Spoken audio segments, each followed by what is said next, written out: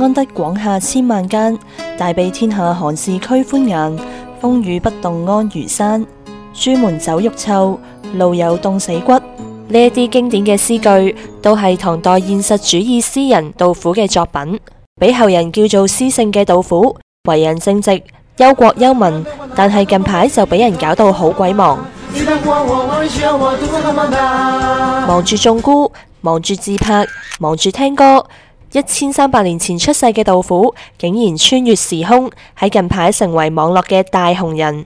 相信唔少人喺學生時期都會手痕幫本書嘅插圖加兩筆。今次杜甫會爆紅，都係因為網民爭相咁幫杜甫加兩筆。有人幫杜甫補畫下半身，又揸槍又騎馬又揸電單車；又有人幫杜甫 cosplay， 化身做麥當當叔叔、火影忍者、美少女戰士、龍珠等等。仲有人幫杜甫合成 CG 背景，畫面勁靚，但係依舊就搭上杜甫憂心沉鬱嘅表情。估計而家網上已經有超過600張杜甫嘅改圖。對於呢個惡搞詩聖嘅風潮，唔少網民都覺得好好笑，認為好有創意。又有人盛讚改圖嘅水準好高，仲話所有書嘅插圖應該都改成咁。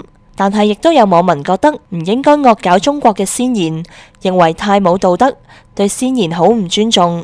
但係有網民就反駁，惡搞唔係侮辱，而係創意。有人就話呢一個熱潮其實係由內地嘅一間公關公司所引起，目的就係為咗宣傳某個博物館。無論係真係假，而家都有唔少商家食住呢一個熱潮，揾杜甫做代言人賣廣告。睇嚟杜甫今次真係有排忙啦。